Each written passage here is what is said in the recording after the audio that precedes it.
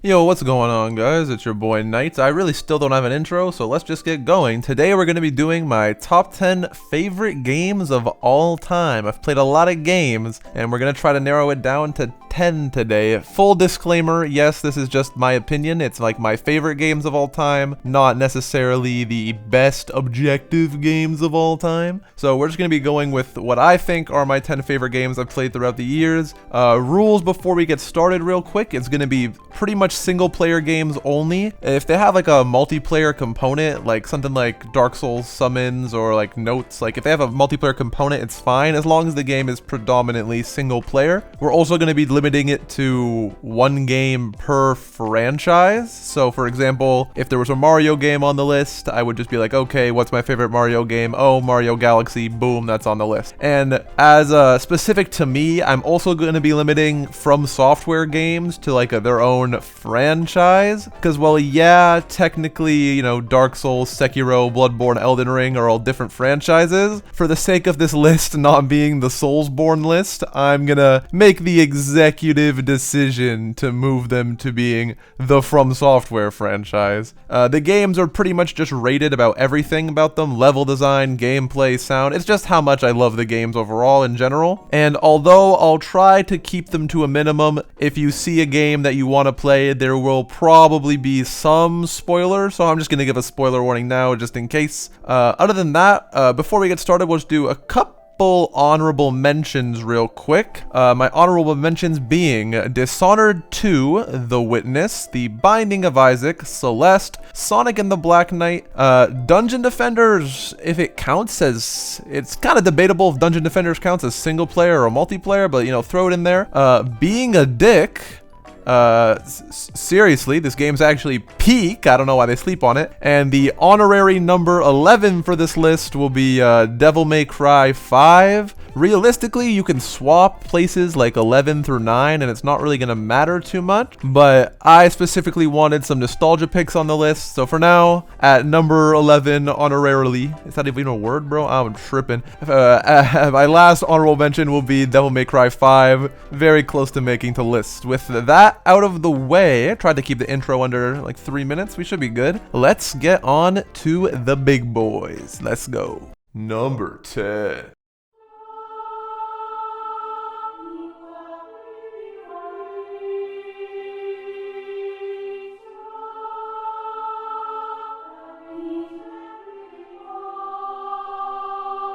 Coming in at number 10, we have The Legend of Zelda: Twilight Princess. So there was always really going to be a Zelda game on the list. The question is just really which one. The other two in consideration the most were Majora's and Breath of the Wild. But well, Breath of the Wild's more of a survival game, and Majora's did make my least favorite thing in games, that being timers, fun. It just doesn't have the nostalgia and the presence that Twilight Princess has, in my opinion. In Twilight Princess, I was kind of lost as a kid, and that was a big appeal of the game. Not really knowing where to go and actually having to figure out the puzzles was really fun to get used to from like a young age and whatnot. Speaking of the puzzles, they were also kind of insane in Twilight Princess. There were some pretty challenging ones, and then there were some pretty stupid ones, like the whole Master Sword Temple thing. We don't need to talk about that. But even I think it was the Lake Bed Temple in particular, that is how I figured out you could Google guides as a kid, because that temple was impossible to like 6-year-old me.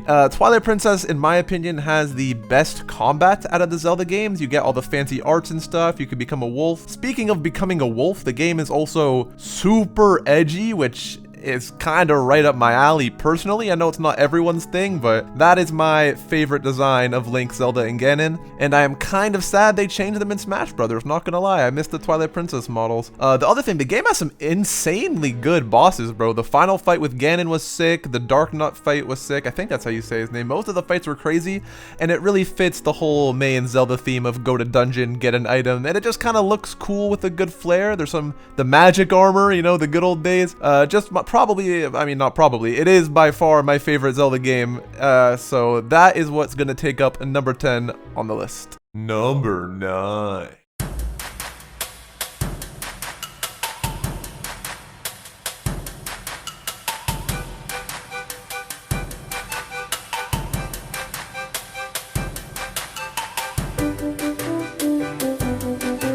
Coming in at number 9, we have Pac-Man World 2. Now this game is my childhood. If there was gonna be a 3D platformer on this list, the options were between Pac-Man Worlds 2 and 3, Spyro 2 and Spyro 4, and Mario Galaxy. But for me, nothing's gonna beat good old Pac-Man World 2. One of the main questions if you've played these games might be why 2 over 3? 3 is generally considered the time where the game went more to like button mashy combat, and while I still really enjoy 3 and think the world is built out, 2 really just envelops that 3D platformer era type thing they had going. One of the more unique things about Pac-Man World 2 was the kind of world system they had going. There was like a forest, an icy place, a fireplace. We do not talk about the water place for this game. And then like a Halloween kind of spooky place. And there was like 4 levels for each world, and it was kind of just sorted out really nicely. And they slowly introduced gimmicks as you went along, making a really nice pace when you play through the game. For most of the part, the bosses were kinda mid, all being one of the ghosts in some crazy mech, but other than that, the final boss was insane. That is my top G, and definitely one of the goated villains of all time. But the main reason Pac-Man 2's here is honestly, it's innovation. There were so many random cool gimmicks they introduced, like having to be metal so you can go through fire. The whole bedoing thing in the woods. It seems like such a dumb concept to have Pac-Man bounce on a target and then launch yourself into the air, but there is actually something so addicting and just generally fun about it that you enjoy doing it. Having that use of Pac-Man's butt bounce just to propel him that far for gameplay purposes is kind of an insanely smart idea. The ice levels were okay. Not too good. The lava levels is really where it tests your platforming abilities, so those ones were all super solid.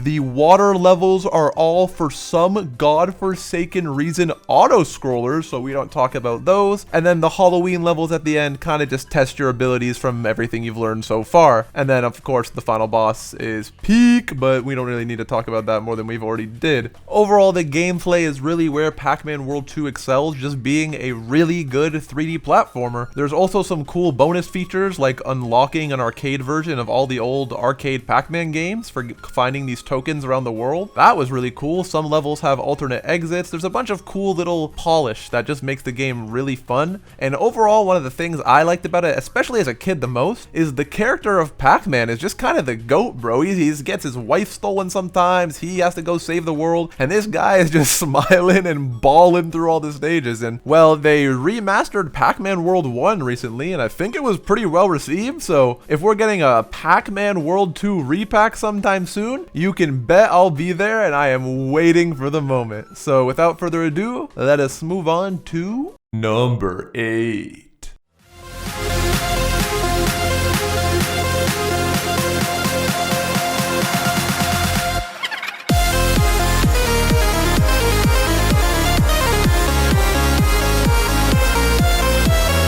Coming in at number 8 is Undertale. Right off the bat, this game is by far best experienced blind, so if you have no clue what this game is, I highly recommend clicking off and skipping this section, because Undertale is an insanely way better playthrough while blind. That being said, actually talking about it a little bit, the story of this game is just immaculate, and that is the #1 reason why it earns its place here. For those of you who don't really know, Undertale, it's kind of based around 3 different routes you can take. If you kill some things and let other things live, you get the normal ending. But if you choose to either not kill a single thing or go on a mass murder spree, the game will change around you depending on your actions, which is the really cool part of the game. Certain characters know things like when you save and when you load, and all the game mechanics are actually things that are happening in the world and certain characters are aware about. The game has really fun fights and patterns you have to learn, nothing too hard, but just kind of creative, but it lets you play how you want to play. Do you want to murder everything and deal with the consequences, or do you want to make all the friends along the way and have the happy ending?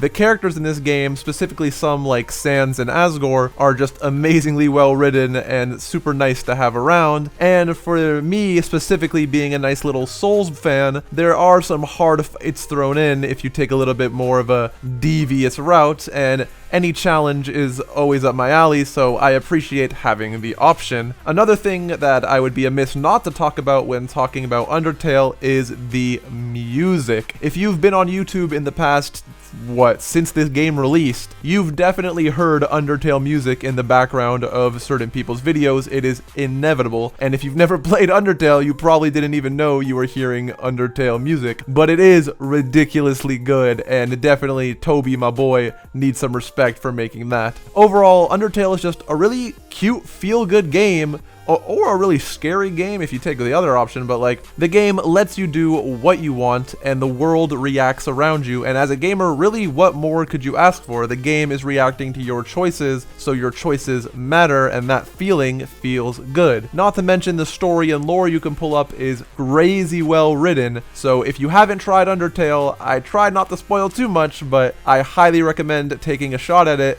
You will not regret it. Number 7.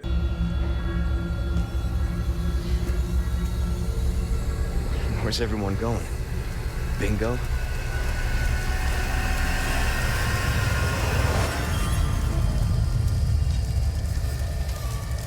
Coming in at number 7 is Resident Evil 4 Remake. So one thing you should know about me right off the bat is I hate horror games. Like, I absolutely refuse to play 99% of them. To put this into perspective, some of my friends asked me to play horror maps in Roblox, and I promptly declined because I am not playing horror games. That being said, somehow my brain told me it would be a good idea to try Resident Evil 2, and lo and behold, I absolutely adored it. Mostly because there's not really jump scares, it's just atmospheric, and that I love, when you don't have to rely on cheap jumpy scare tactics to get your horror across. Resident Evil, mostly the thing that it's well known for is having some peak characters that really do highlight the strength of the narrative. Leon was just the Giga Chad. Jill is one of the most badass girls in video game history. Ada, well, in this game, she probably needs to go back to her Resident Evil 2 voice,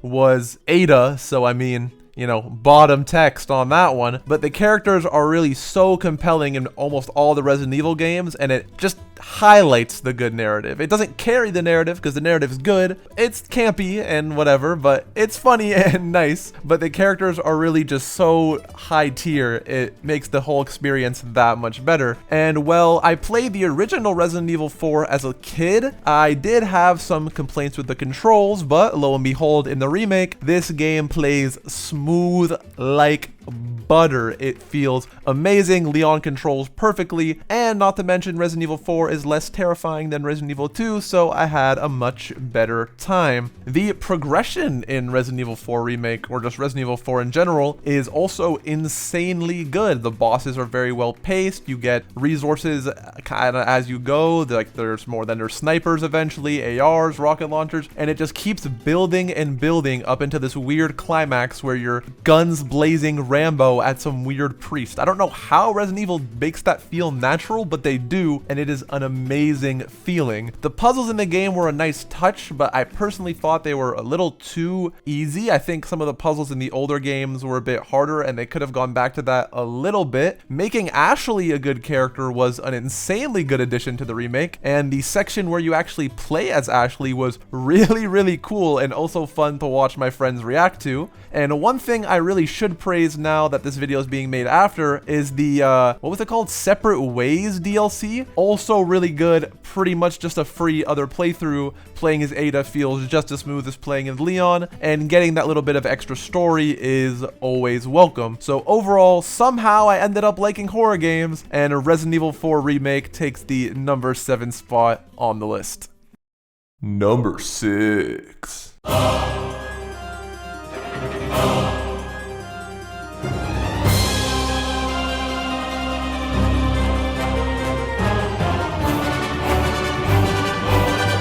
taking home our number 6 place is Hollow Knight. Yeah, bro, it has Knight in the name. That's how you know it's gonna be good. Let me start you off with a little side story of how I even found Hollow Knight in the first place. I really like Souls games and hard challenges. So my one friend who was playing through Hollow Knight at the time was going on about how this Pantheon thing is so hard and there's so many bosses. So I naturally told him he was just bad and needed to get good. So we made a deal. If I could beat this thing called Pantheon 5 in 1 week's time, he would have to play through the first original Dark Souls. So did I beat Pantheon 5 in a week? Yes I did. Was it the cakewalk I thought it was?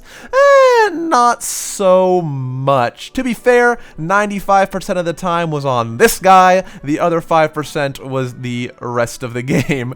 But that aside, Hollow Knight is one of the greatest games I have ever had the pleasure of playing. First of all, the level design and progression is flawless. Normally in Metroidvanias, backtracking is terrible, but with the certain upgrades you get to just dash across the screen, double jump, you actually want to go back and use your new tools to access areas you couldn't previously get to.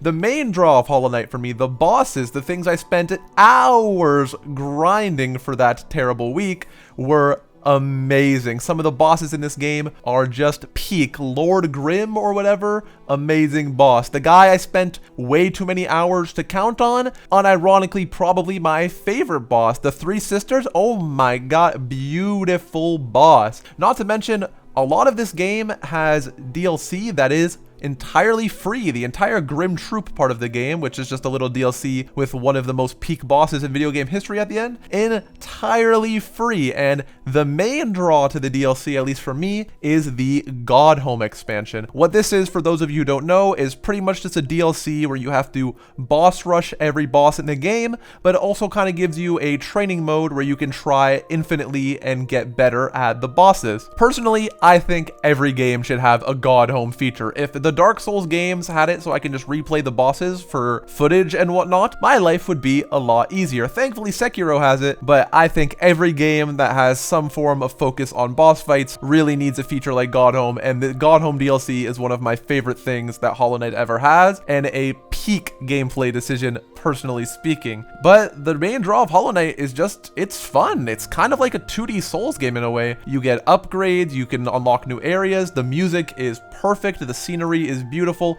There's just nothing really too wrong with the game. It all feels so fluid, and even if you hate Metroidvanias, I highly recommend giving Hollow Knight a try. See if you can do that Pantheon 5 thing in about a week's time, see how that goes for you. But yeah, I highly recommend Hollow Knight, and I think now it's time we move on to the top 5 of the list.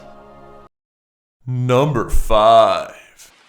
Close your eyes, come to me, feel alright, just dance with me all through the night. Bringing it home to the top 5, we have Lies of P. Lies of P has to be one of the best things that's happened to me in recent times, without joke. First off, I expected Lies of P to be another kind of mid Souls-like game. I played something like Mortal Shell, it was okay. I played this one where you play as like a Plague Doctor bird, it kinda sucked. I've played almost every Souls-like there is, so I really wasn't expecting something to ever come close to the magic that From Software captures in their actual games. Well, I was damn wrong about that, because Lies of P happens to be one of the best things my hands have ever touched, and I'd even rate it higher than some of the actual From Software games. The main thing Lies of P has going for it is options. Each weapon is kind of split into two. There's the blade and the handle, and you can mix and match every blade and handle to come up with your own crazy weapon ideas at will, or just use some boss weapons that are stuck together. Either way, there is a stupid amount of options. You also get a Sekiro-like arm that you can choose a wide variety of upgrades to do. I did the shield, but you can also do the fire blast, the web slinger, the machine gun. There's, again, and just a lot of options. Lies of P also has insanely polished mechanics. It kind of just does the best of everything Soulsborne does. It has a Bloodborne rally mechanic. It has a parrying mechanic if you choose to use the shield, but mostly the entire game is actually just parries, which you need to get used to because it's kind of like Sekiro where parrying is more important than dodging. That being said, there's dodging, there's health pots. It is a Souls-like true and true, but there's just so many good mechanics pulled from all the different From Software games. It amalgamates into one of the best experiences you could play. Specifically the mechanic of if you're out of health pots, if you live long enough and land attacks, it'll actually give you one health pot back, which is kind of like a last chance mechanic. And in my opinion, that was one of the smartest things they could have added, and I absolutely love that. The bosses in the game, of course, are for the most part absolutely amazing. The ones that stand out to me in particular are, of course, the final boss, Loxatia, and the King of Puppets were the three best fights for me, and goddamn, they are really good and really tough, honestly. The final boss is no joke, unironically. One of the main things about the game, and the last thing I'll touch on for now, is that the endings and the New Game Plus are insanely solid. This game has one of the best New Game Plus systems I've seen in every game ever. Throughout the game, you have this P organ that lets you do a bunch of upgrades, but there's some panels of the organ that are just kind of more upgrades that are only available to you in New Game Plus. Not to mention, you're obligated to do New Game Plus because of the game's 3 different endings that all drastically change how the story plays out and actually affects some of the characters depending on which of the endings you pick, and they'll react differently in the world around you. Overall, Lies of P was the Souls-like that I never expected to reach the heights it did, but oh boy am I glad it did. The levels are beautiful, the bosses are well designed, the music is amazing. There's DLC or like a sequel of like Wizard of Oz theme coming soon as well, and there's also another Souls-like, I don't remember the name, but I'll throw it up on the screen right now, that's promised to come out later this year that I'm just gonna hope reaches the level that Lies of P has. Overall, if you like Souls games and you're put off by Souls-likes, give Lies of P a try. This game is godly. Number 4.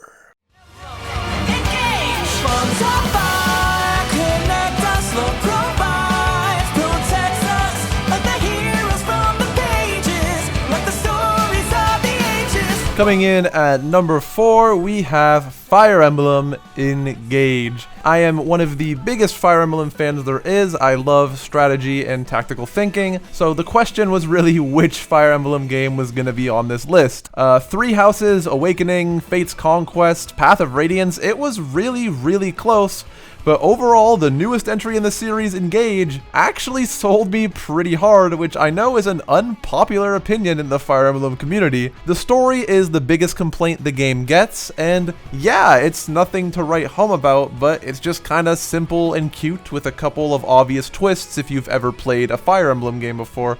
It's nothing special, but I don't really play Fire Emblem games for the story, so it just being simple and to the point kinda works for me. The main positive people give for Fire Emblem Engage is also going to be the same positive I give for it, and that it is the best gameplay in the series, bar none, hands down. The Emblem system is goated. For those of you who don't know, Fire Emblem Engage's entire premise is that all the MCs of the past Fire Emblem kind of join you, but you can mix and match which of the old MCs pair up with the characters from Engage. So it just becomes a huge sandbox of who do you want with who? Do you want Marth with the main character to amplify his sword? Do you want to add him with Robin and Chrom to give him some magic? You can do whatever you want and mix and match whoever you want with whoever you want, and it is one of the funnest systems that gives some of the most replayability in the game. The characters in Engage were fun, but I can see how they're not for everyone. If you're used to like anime tropiness, the characters will be right at home for you, but if that kind of puts you off and like you prefer more deep backstory than just kind of archetypes, I can kind of see how the anime-esque characters aren't for everyone.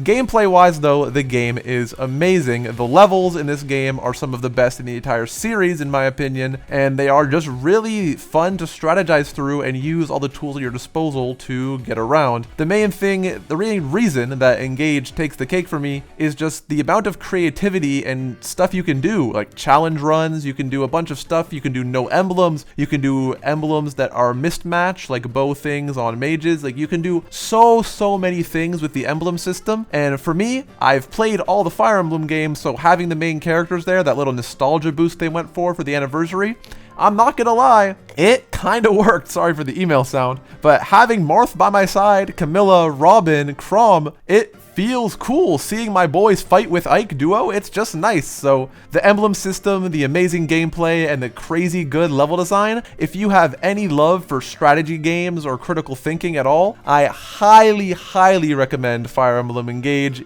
If you don't like the anime style, it's not for everyone, I get it. But for me personally, love Fire Emblem Engage, one of the most fun I've had with a game in a long time, and it comes in at number 4. Number 3.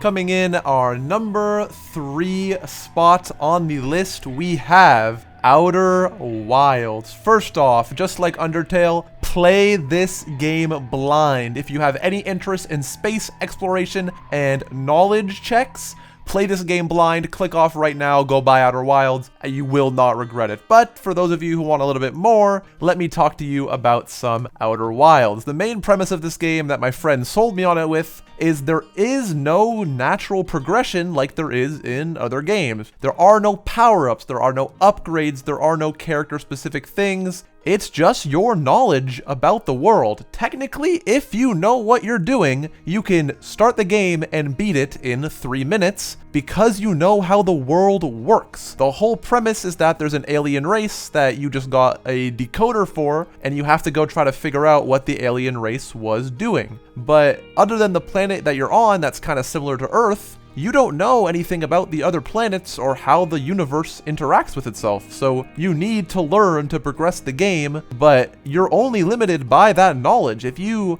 intuitively figure something out before the game tells you, that's fine. You can skip certain things just by being smart, and I love that. Also, Outer Wilds is a atmospheric masterpiece. The music is godly, and just the things and environments you see are amazing. They also have this weird thing where there's probably at least one planet that will freak you out. If you have vertigo or really bad fear of heights, there is a planet that you will not like. If you have, I think it's thalassophobia, fear of water, deep sea, there is a planet you will not like. If you have a fear of things jumping at you like me, there is a planet you will not like. If you have a fear of being crushed and being in tight confined areas, there is a planet that will make you uncomfortable, and that is the point. You are going into an unknown place trying to learn what you can. You are not going to be comfortable because the unknown makes humans uncomfortable. It's a amazing game, so much so that the DLC, when it came out, I would have given it Game of the Year that year.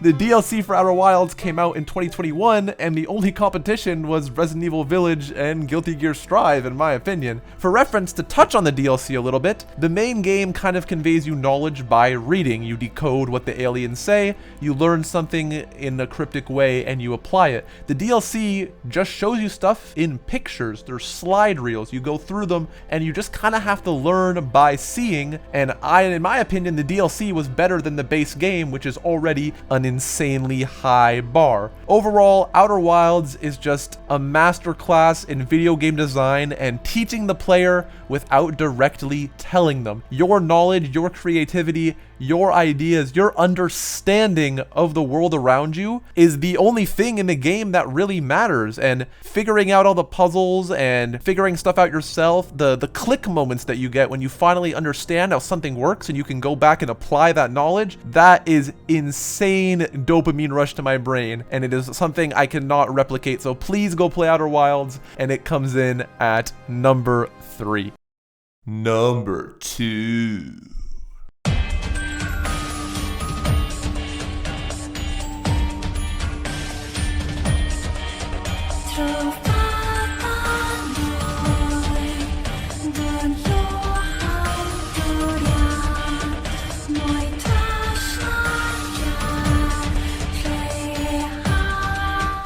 Taking home the silver medal on our list, we have NieR Automata. I'm still honestly not sure. But again, like Outer Wilds and Undertale, play this game blind. Please, it is an entirely story game for the most part. Please do not spoil yourself if you can avoid it. I will be doing spoilers to a minimum, but please play this game blind. For those of you who don't know about NieR Automata, let me tell you about it. This is one of the best stories told in fiction, in my personal opinion. This story will make you happy. This story will make you bawl your eyes out. This is one of the greatest stories being told, and personally, I think the main draw to the game should be the story that you get from it, as well as the very fun gameplay. For those of you who don't know, I don't want to spoil too much, but there are 3 different campaigns almost in NieR. The first campaign is just, you're this hot android girl randomly. You don't really know why you're there. Yeah, there's some humans or something on the moon. You got to kill some aliens. You don't really understand what's going on, but you get through it. You do what you got to do. You kind of save the day-ish, and it ends on a relatively happy and positive note, which, might not last for very long if you choose to continue, because you can then go into the second playthrough, which is very much so similar to the first. The same sort of things happen, but you get a new perspective on it, and it starts giving you information that you didn't have in the first playthrough for whatever reason, and you kind of start asking the question why a little too much, and the game kind of starts telling you some things that you definitely missed your first time around, and it starts to become a little interesting. Then, if you choose to play through the game a third time, when you're starting to ask all these questions, it puts you through what can only be described as mental destruction trauma extraordinaire.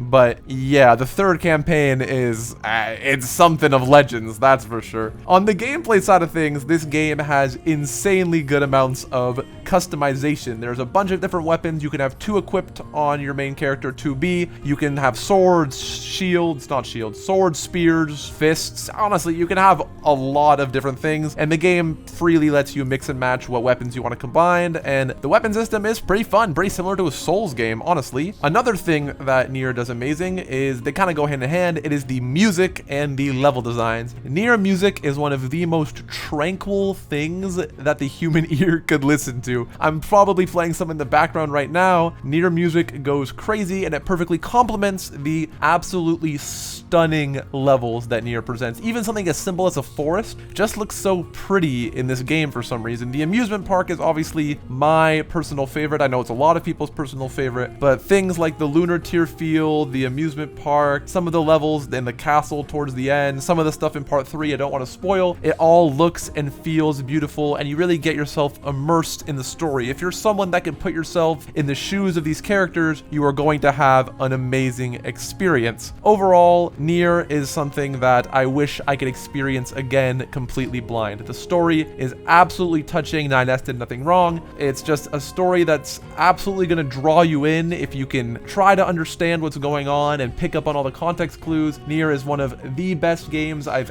ever played, only falling short to number 1.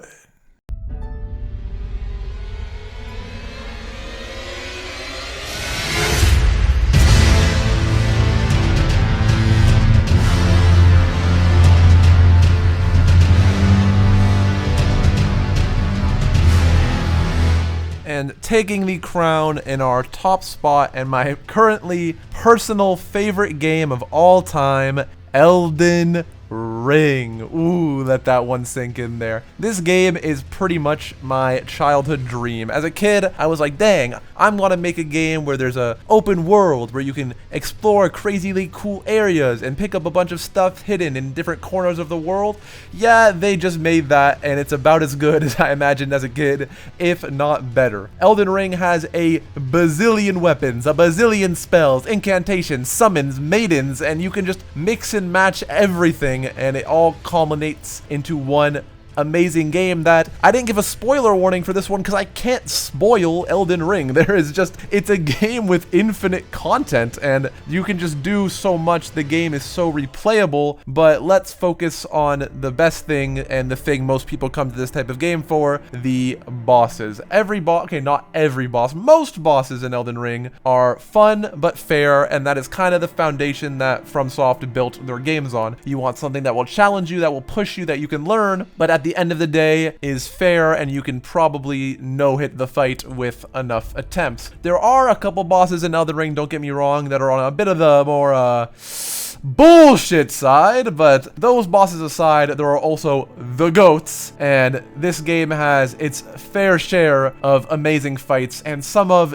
if not the best fights in the entire FromSoft saga, hands down. The NPC quest lines in Elden Ring are actually fun. In Dark Souls 1, they kind of sucked. In Dark Souls 3, they kind of cleaned it up a little bit. In Sekiro, you could pretty much ignore all of them, but in Elden Ring, they are actually really good and make 10% more sense than they did in Dark Souls 1. You get some pretty cool rewards from them, they're actually pretty decent stories, and following the quest lines is one of the best things you can do. One of them got me an entire new ending, and I was just following it because I like the character. The NPC quest lines go crazy. But as I said, the main thing with Elden Ring is it's the game of infinite possibilities. Like, there's a bunch of weapons. You can replay it infinitely. New Game Plus exists. There's just so much things to do, and it's just so much good content. I can't help but put Elden Ring at the #1 spot. It has my two favorite things in the world. It has dragons and it has Ronnie, and really, what more in a game could you even ask for? And that's the list. Those are the games that I really like. Sorry if I was just straight yapping for a lot of the video. I tried to keep each section around 3 minutes, and there's just so much I can say about some of these games. I plan to do a deep dive into all of them in certain longer videos a bit later, but for now, I just wanted to get the main list across, and I hope you enjoyed at least. I hope you tell me what you liked about these games, or which games in the series that you like better, or just your favorite games in general as well. Please, I would love to know. Comment that down below and